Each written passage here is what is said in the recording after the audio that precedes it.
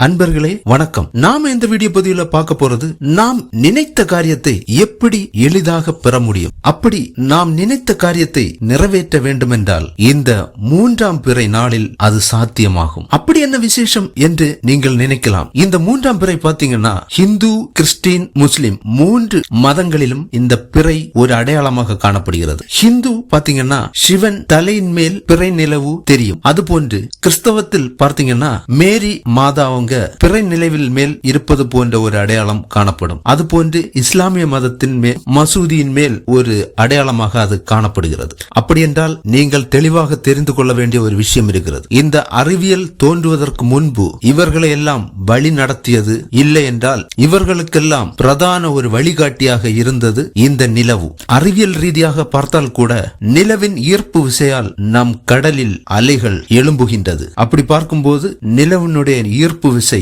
நம் உலகத்தில் தாராளமாக காணப்படுகிறது. இதனால் தான் இந்த நிலவை மதத்திலும் ஒரு அடையாளமாக வைத்திருக்கிறார்கள். இப்போ உங்களுக்கு புரிஞ்சிருக்கும்னு நினைக்கிறேன் இந்த பிறை நிலவோட மகத்துவம்.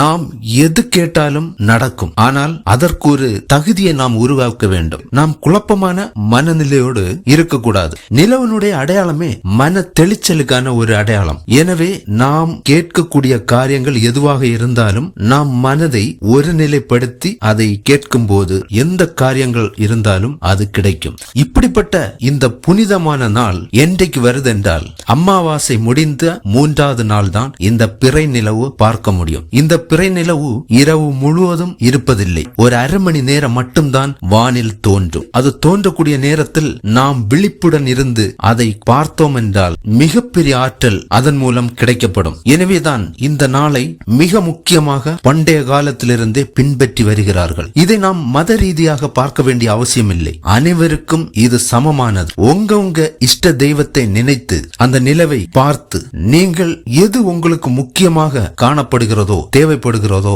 அந்த காரியத்தை நினைத்து மனசார கேட்டீங்கன்னா நிச்சயமாக வெகு விரைவில் உங்களை வந்து சேரும். அதற்காக நியாயமற்ற செயல்களுக்காக முயற்சி செய்ய வேண்டாம். ஏனென்றால் அந்த ஃப்ரீக்வன்சி மேட்ச் ஆகாது. அந்த ஃப்ரீக்வன்சி மேட்ச் ஆகணும்னா அது முழு மனசோட அந்த ஈர்ப்பை உருவாக்கினால் மட்டும்தான் அதோட மேட்ச் ஆகி கனெக்ட் ஆகி அது உடனே செயல்பட ஆரம்பிக்கும். நாம் நியாயமற்ற செயலை நாம் செய்ய தூண்டும் போது நம் மனநிலை ஒரு முரண்பட்டதாக செயல்படும். இதனால் கரெக்டா அது மேட்ச் ஆகாது. எனவே தேவையில்லாத விஷயத்துக்காக நீங்கள் இந்த நாளை செலவிட வேண்டாம். உங்களுக்கு எது முக்கியமாக இருக்கிறதோ, சொல்ல போனால் பணம் தான் அனைவருக்கும் பிரதானமாக இருக்கும். எவ்வளவு பணம் உங்களுக்கு தேவைப்படுகிறது என்பதை மனசார கேட்க வேண்டும். கேட்டுட்டு அதை எதிர்பார்க்க கூடாது. நம்பிக்கையோட கடந்து செல்ல வேண்டும். ஒருவேளை திருமணம் ஆகாமல் இருக்கலாம், இல்ல உடல்நிலை சரியில்லாமல் இருக்கலாம், இன்னும் பல விஷயங்கள் இருக்கிறது, நியாயமான காரியங்கள். இப்படிப்பட்ட காரியங்கள் நாம் மனசார கேட்போம். அப்போது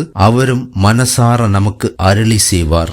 ஆனால் இதற்கு தேவை நம்பிக்கை மட்டும்தான், எதிர்பார்ப்பு அல்ல. நீங்க கேட்கிறீங்க, நம்பிக்கையோட கடந்து செல்கிறீங்க, உங்க வேலையை பார்க்க நீங்க ஆரம்பிக்கிறீங்க. ஆனால் எதிர்பாராத விதமாக நீங்கள் கேட்ட காரியங்கள் கொஞ்சம் கொஞ்சமாக நடக்க தொடங்கும் வெகு விரைவில். இந்த பிறநிலைவை பார்த்தவர்கள் ஆண்டியும் அரசனாக மாறுவதற்கான வாய்ப்பு இருக்கிறது. இது நான் சொல்லவில்லை. புராணங்களிலும் பண்டைய புத்தகங்களிலும் இந்த பிறநிலைவை பற்றி மிக தெளிவாக கூறப்பட்டிருக்கிறது. எனவேதான் இந்த நாள் மிக மிக முக்கியமான ஒரு நாள். இதை பார்க்கும் போது மனதிற்கு ஒரு தெளிவு கிடைக்கும். இதை நாம் மாதம் மாதம் தொடர்ச்சியாக இதை பார்த்தோம் என்றால் நாம் முன்பிறவில் செய்த பாவங்கள் கூட நீங்கி ஒரு சுத்தமான ஒரு வாழ்க்கை உருவாகும். அந்த அளவுக்கு அது நம்மள ரிஃப்ரெஷ் பண்ணக்கூடிய ஒரு மிக பவர்ஃபுல். இதற்கு மனசார வேண்டினாலே போதுமானது. இருந்தாலும் சில பொருட்களை நாம் வைத்து செயல்படுத்தினால் இன்னும் கொஞ்சம் கூட பவர்ஃபுல்லாக அது செயல்படும்.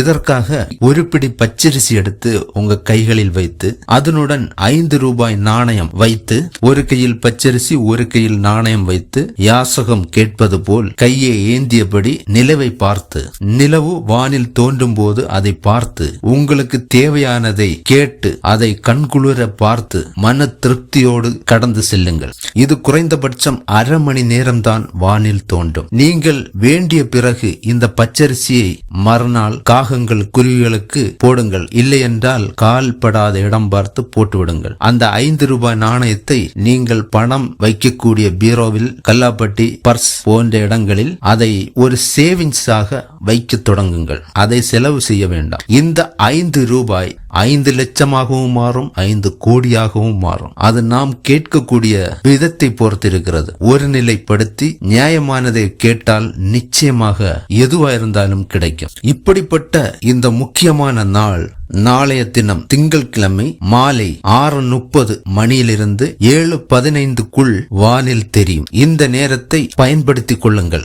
இந்த நிலவானது எந்த திசையில் தெரியும் என்றால் மேற்கு திசையில் தெரியும். எனவே மேற்கு திசையை நோக்கி பாருங்கள். ஒருவேளை மழை காலம் என்றால் கருமேகங்களால் அதை பார்க்க முடியாது. இருந்தாலும் நீங்கள் அதை பொருட்படுத்த வேண்டிய அவசியம் இல்லை. இந்த நேரத்தில் அந்த மேற்கு திசையை நோக்கி நீங்கள் நம்பிக்கையோடு செய்ய வேண்டிய காரியத்தை செய்தால் போதும். ஒருவேளை வெளியில் சென்று பார்ப்பதற்கு வசதி இல்லாதவர்கள் வீட்டில் இருந்தபடியே ஜன்னல்களை திறந்து அந்த வழியாகவும் பார்க்கலாம். மொட்டை மாடியில் சென்று பார்க்கலாம், இல்ல திறந்த வெளிகளில் நின்று பார்க்கலாம். நீங்கள் பார்க்கும் போது நான் சொன்ன விஷயங்களை தெளிவாக நினைத்து உங்கள் வேண்டுகோளை வையுங்கள். நீங்கள் நினைத்த காரியம் வெகு விரைவில் உங்களை நோக்கி வரும். எனவே இந்த சிறு பரிகாரம் செய்ய முடிகிறவர்கள் இந்த பரிகாரம் செய்து உங்கள் வேண்டுதலை வையுங்கள். இல்ல அது செய்ய முடியாதவர்களுக்கும் பரவாயில்லை. அது செய்ய இயலாதவர்கள் நீங்கள் வெறுமனையோட நின்று கைகளை கூப்பி கூட கேட்கலாம். நிச்சயம் அதற்கான பலன் கிடைக்கும். எனவே இது போன்ற மிக முக்கியமான